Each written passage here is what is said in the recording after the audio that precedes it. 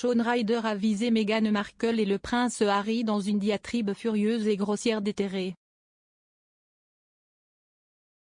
Le chanteur de Happy Mondays apparaît dans la nouvelle série de Channel 4 Fame in the Family, diffusée ce soir à 17h30. Dans la nouvelle série, une célébrité s'assoit pour manger avec un groupe de 4 inconnus dans le Manchester Hall récemment rénové. Au moins un des convives est lié à la célébrité, selon son profil ADN, bien que personne au repas ne sache de qui il s'agit. Les convives doivent recueillir des indices via 3 jeux d'enquête pour déterminer qui parmi eux est le parent de la célébrité, et partager de vieilles photographies et des objets qui ont été transmis de génération en génération pour raconter les histoires de leurs ancêtres respectifs. L'épisode de ce soir voit un groupe de 5 convives déterminer lesquels d'entre eux sont liés à l'énigmatique leader de Happy Monday. Shaun s'est fait connaître dans les années 80 et 90 en tant que chanteur et figure de proue de la scène de danse indépendante Manchester. Connu pour son franc-parler et sa langue acérée, Shaun a une fois frappé Harry et Meghan, juste après le rare retour du duc de Sussex au Royaume-Uni.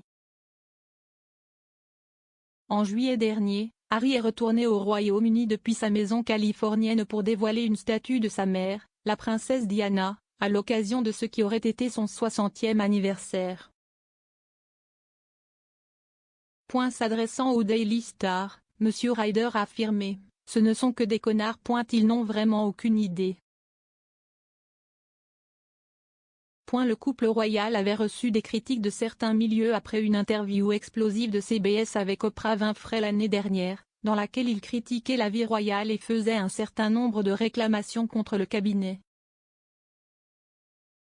Dans la même interview, Shaun a également critiqué l'ancien secrétaire à la santé Matt Hancock et le gouvernement dans son ensemble. Une semaine plus tôt, M. Hancock avait démissionné de son poste au sein du gouvernement après avoir été surpris en train de bafouer les règles de verrouillage. Shaun a dit, FINGL, il a été stupide, ce n'est rien de nouveau. En fin de compte, je n'attendrai rien d'autre de ces connards conservateurs. Si esti comme ça qu'ils sont, ils impriment les règles et font juste quelque chose de différent, et il vient de se faire prendre.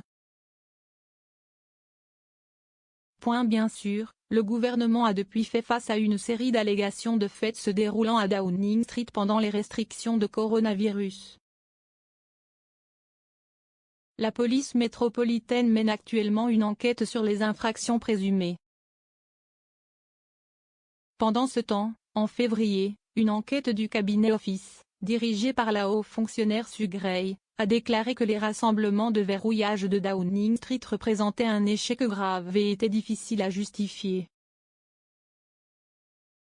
Shaun a commencé à s'engager dans la politique qu'au cours des dernières années, même s'il avait des opinions bien arrêtées sur l'état des dirigeants mondiaux et sur le Brexit.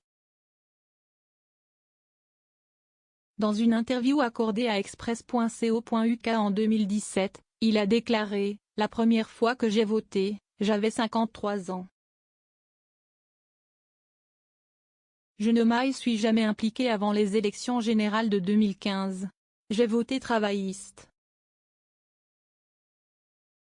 Cela ne semblait pas faire de différence pour moi qui étais là, ça n'avait vraiment pas. »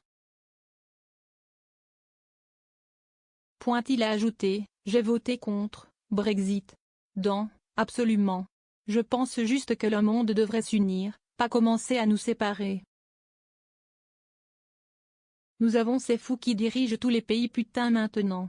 Ce mec en Amérique du Sud qui tue des junkies, Philippines président Rodrigo Duterte, et puis il y a Trump.